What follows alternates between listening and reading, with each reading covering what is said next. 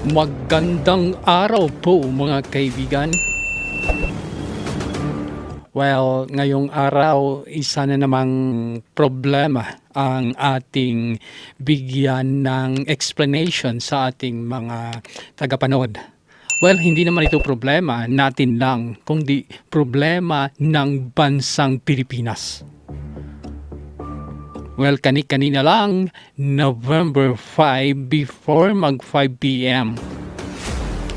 ang Secretary General ng Kongreso naghatid ng impeachment complaint doon sa Senado. Hindi na yung nga impeachment impeachment complaint 'yon, kundi impeach na nila si Vice President Sara Duterte doon sa Kongreso. Hamakin mo, 200 plus na mga congressman ang nagperma para yan na ma-impeach na si Sara Duterte. Alam nyo ba kung sinong nangungunang pumirma doon? Nako, isa sa mga tinulungan kuno ni Vice President Duterte, ang anak ng presidente. Wow. First District ng Ilocos. Ang apo ng dating presidente ng Pilipinas, ang tinatawag nilang diktador. Bakit maaga or bakit ito ang ginawa nila? I mean, it's maaga dahil mga kaibigan is alam naman nila na hindi na mapagpatuloy ang pag-impeach doon sa Senado kasi end of session na ng Senado today. Pero inagahan nila para sa next June 2 na pag-upo ng bagong mga senador. Kaya sinabi kong mas maaga. Ano kayang dahilan bakit ginawa nila ito? Well, ang isa sa mga dahilan dyan kung bakit ginawa ng Kongreso kasi alam na nila na sa eleksyon na May 2025 mangilan-ngilan na lang ang kakampi ng administrasyon na mag-upo bilang congressman. So hindi sila makabuo diyan ng majority para i-impeach si Sara Duterte. So minadali nila ngayon, tapos sinend sa Senado. Itong Senado naman hindi pala nila isinama sa kanilang pag-usapan today sa February 5, 2025. Yan ang isa sa mga dahilan. Pero kung paano nangyari yan mga kaibigan, ito ang nangyari kanina doon sa Congress. The additional reference of business. Additional reference of business, verified complaints for impeachment. Impeachment complaint President Sara Z. Duterte filed by at least one-third of all the members of the House of Representatives on February 5, 2025. Impeachment complaint filed against Vice President Sara Z. Duterte filed by Teresita Quintos Deles, Father Flaviano, SBD Yan ang unang nag-file noong December. Gary Alejano et al.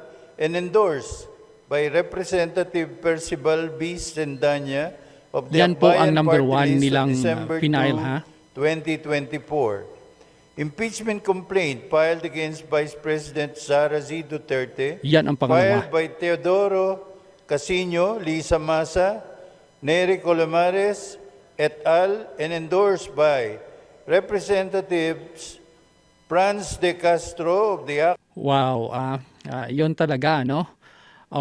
Pangalawang impeachment complaint nila na in-endorse doon sa Congress. and Representative Raul Daniel A. Manuel of the Kabataan Party List on December 4, 2024. Impeachment complaint filed against Vice President Sara. May pangatlo pa. Yun ang pangatlong impeachment complaint. So, hinihimay-himay na nila kung ilang impeachment complaint ang Senate sa Congress ng mga reklamador na ito. And endorsed by Representative Gabriel H. Bordado Jr. of the 3rd District of Camarines Sur and Representative Lex Anthony Chris A. Colada of the AMBIS OWA Party List on December 19, 2024. Mr. Majority Leader, Sunod-sunod po ang pag-endorse ng mga complaint, impeachment para sa Vice President Duterte. Against Vice President Ito yung Sara pang-apat. Zimmerman Duterte has been filed by at least 1/3 of all the members of the House of Representatives on February 5, 2025.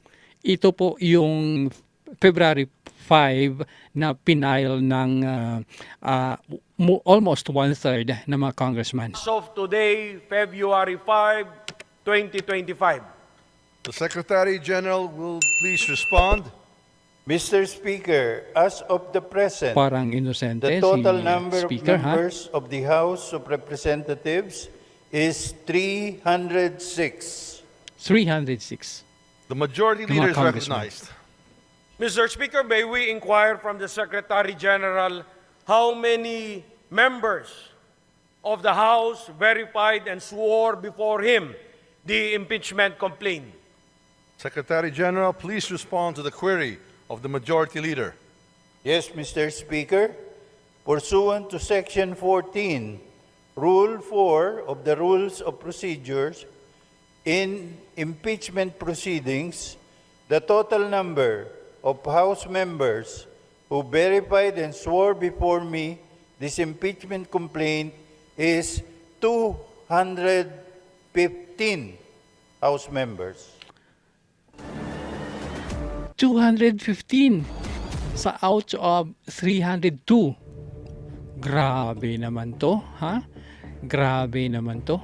Grabe talaga ang kuwan nito, ang dinaanan ng impeachment na to. Speaker, may we know what is 1/3 of the total number of the members of the House? The Secretary General will please respond. Mr. Speaker, 1/3 of the total number of members of the House is 102. The Secretary General has responded to the query of the Majority Leader. The Majority Leader is recognized. Mr. Speaker, for the record, in consonance with the Constitution on Article 11 on accountability of public officers, particularly Section 3, Paragraph 4, and pursuant to Section 14, Rule 4 of the Rules of Procedure in impeachment proceedings, which provides as follows.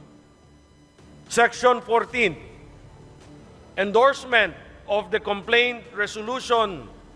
Well, dito nila ini-explain kung paano na nakabuo sila ng impeachment kahit na hindi na dumaan pa sa masusing pag-imbestiga ng mga kongresista. Ito i-explain nila kung ano ba talaga yung kaso. Dito tayo. Of the House, or a total of 215 members. Is there any objection? The Chair Yan. hears none. The motion is approved. The Secretary General is so directed. The session is suspended. Yun, nagpalakpakan na sila, guys. Nagpalakpakan na itong mga kongresista. So, ang umattend dyan at nga pumirma ay nakuha na nila ang para sa kanila. Alam na yan. Alam na yan na may nakuha na sila pagkatapos silang pumirma. Ang 215? Wow!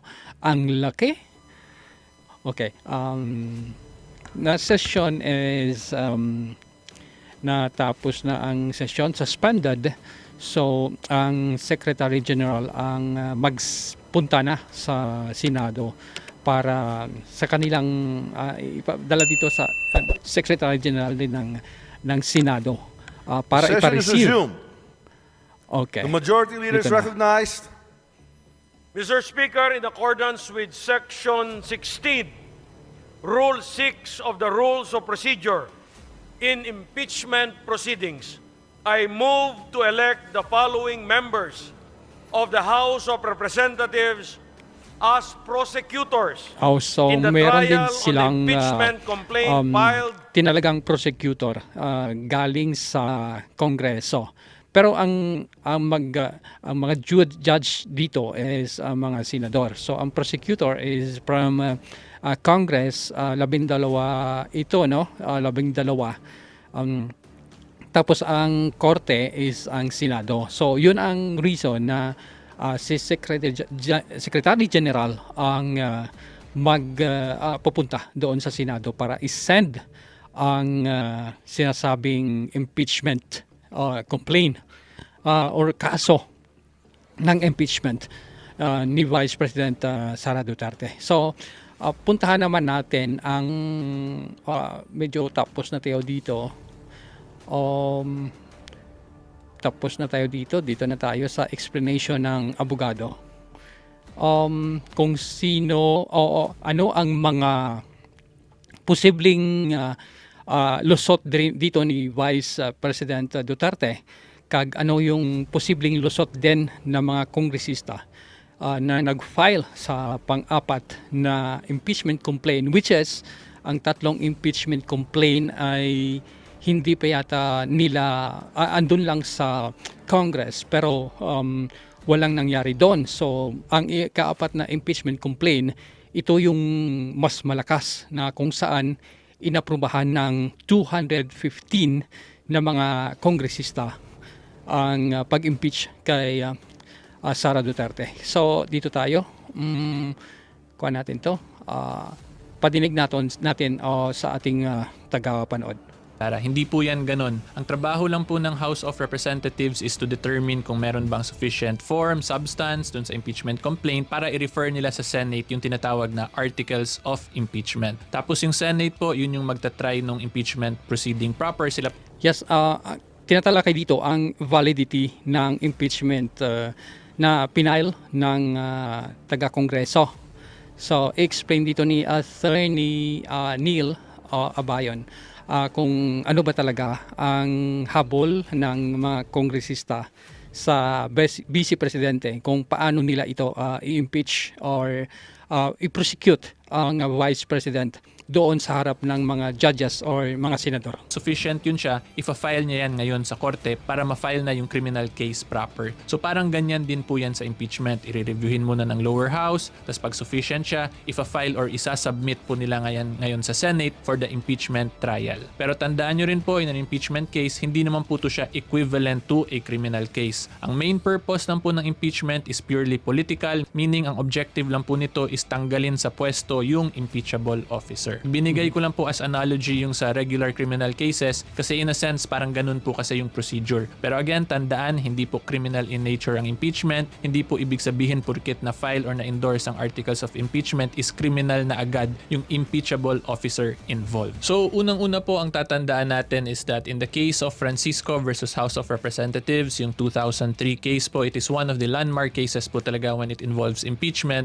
Ang sabi po dyan sa case na yon is that unang-una hindi po pwede makialam yung korte kung what constitutes as an impeachable offense. So therefore, hindi ko po i-discuss yung substance ng impeachment complaint. However, ang pwede po gawin dito ng isang concerned citizen or ng aggrieved party is pwede naman po questionin kung nasunod ba talaga yung rules of procedure when it comes to the initiation of an impeachment complaint. At dahil po dyan, ipapakita ko po sa inyo ngayon kung ano ba talaga yung constitutional provision with regards to impeachment, the initiation of an impeachment proceeding. So explain ko po muna yung sa side ni VP Sara, okay? So titingnan po natin under the Constitution, nakalagay po dyan is that yung pag-initiate po ng impeachment complaint, dapat po niyan upon filing within 10 days po is malagay na yan siya sa order of business within 10 session days po. po. And then after po niyan, pag nasa order of business na po, within 3 session days naman po is dapat ma-refer na siya sa appropriate committee, which is yung Committee on Justice po yan. So yan po yung under the Constitution. Okay? Tapos titingnan din po natin dyan sa Constitution, nakalagay po dyan is yung House of Representatives din po has the power to promulgate their rules with regards to the impeachment proceeding. So ngayon tingnan po natin yung rules ng 19th Congress in relation to impeachment proceedings. Ang difference po ng rules ng House of Representatives at ng Constitution is dun po sa rules ng Congress meron pong additional requirement, which is dapat daw po i-file yung impeachment complaint sa Office of the Secretary General, tapos yung Secretary General is i-refer niya to ngayon sa Office of the Speaker. So dito po ngayon papasok yung first argument ni VP Sara. Kasi kung titingnan po natin dun sa constitutional provision regarding the filing, wala naman pong requirement na dapat sa Office of the Secretary General if-file and then a referral to the Office of the Speaker. Ang nakalagay lang po sa Constitution is that after filing po within 10 session days is dapat malagay na siya sa order of business ng House of Representatives, and then after po nung 10 days is dapat within 3 session days is ma-refer na po siya dun sa Committee on Justice. So dito po lalabas ngayon yung first argument for VP Sara, considering na yung additional requirement kung saan dapat sa Office of the SecGen muna i-file and then an eventual referral to the Office of the Speaker, pwede po niya matalo or it will go against dun sa 10 days and 3 days rule na required lang po ng Constitution natin, di ba? Kasi kung titingnan po natin ang nangyari po dito sa situation ni VP Sara, yung una pong impeachment complaint na final sa kanya was on December 2 pa po. Tapos ngayon titingnan po natin yung fourth impeachment complaint is today lang final, which is February 5 or more than 2 months after the first filing, okay? At ang reason po kung bakit ina-emphasize ko na important talaga na dapat sundin lang yung 10 days and 3 days rule ng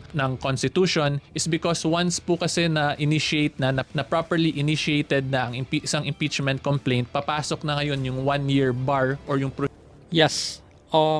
Dito ito ang point natin na papasok na dapat ang 1-year bar na hindi na pwedeng mag-file ng impeachment after December 5.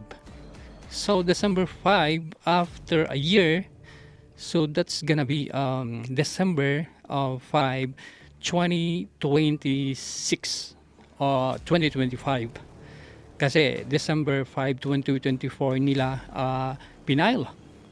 So yan ang mga argumento. So dito in-explain ni Attorney Abayon na posible ang pinail na impeachment complaint is invalid.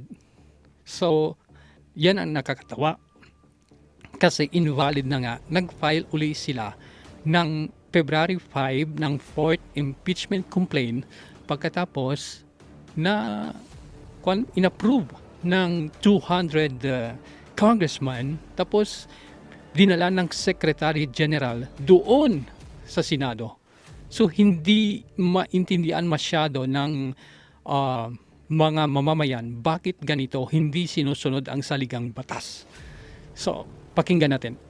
Pwede pong ma-abuse yung Constitution considering pwede lang gumawa ng mga additional requirements yung House of Representatives na wala naman sa Constitution, kung saan yung mga requirements po under the Constitution when it comes to the initiation and filing of impeachment proceedings is pwede pong ma-alter or madagdagan ng kung ano-ano na lang requirements basta maisipan ng House of Representatives. Okay, so quick reminder lang po everyone, kung nag-enjoy po kayo sa video ko, wag niyo tapos yung Secretary General is i-refer niya to ngayon sa Office of the Speaker. So dito po ngayon papasok yung first argument ni VP Sara. Kasi kung titingnan po natin dun sa constitutional provision regarding the filing, wala naman pong requirement na dapat sa Office of the Secretary General if-file and then a referral to the Office of the Speaker. Ang nakalagay lang po sa Constitution is that after filing po within 10 session days is dapat malagay na siya sa order of business ng House of Representatives, and then after po nung 10 days is dapat within 3 session days is ma-refer na po siya dun sa Committee on Justice. So dito po lalabas ngayon yung first argument for VP Sara, considering na yung additional requirement kung saan dapat sa Office of the SecGen muna i-file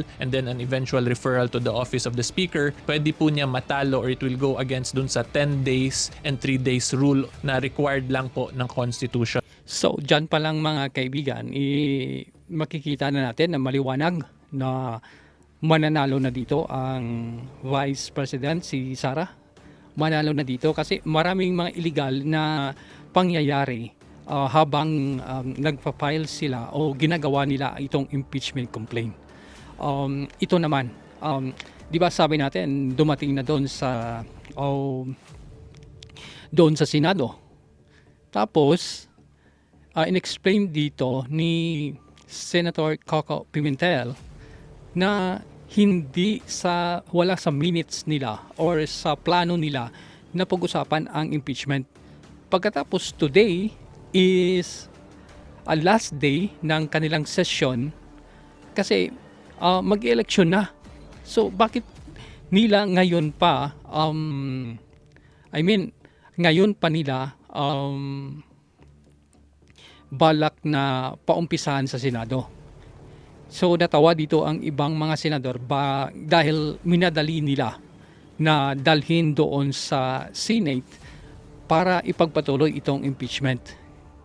Siguro kung pwede lang naman na ma-impeach nila si Zara with ang mga judges din, ang mga congressman, prosecutor, ang mga congressman, siguro 2024 pa lang na-impeach na si Vice President. Pero dahil sa ating saligang batas sinasabi na ang magiging judges dito is ang mga senador. Tapos ang mga prosecutor, itong mga kongresista.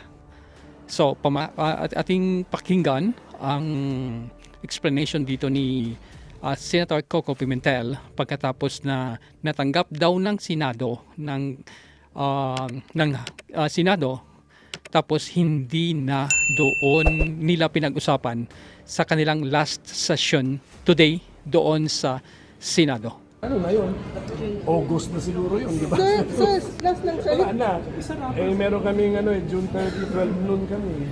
Sir, di ba usual, sir, na wala man lang nag-raise na isa sa senator na, teka, may pinag-uusapan na mag-adjourn na tayo, walang man lang nag-raise na gano'n sa floor. Hindi ba usual yun? O may talagang kasunduan?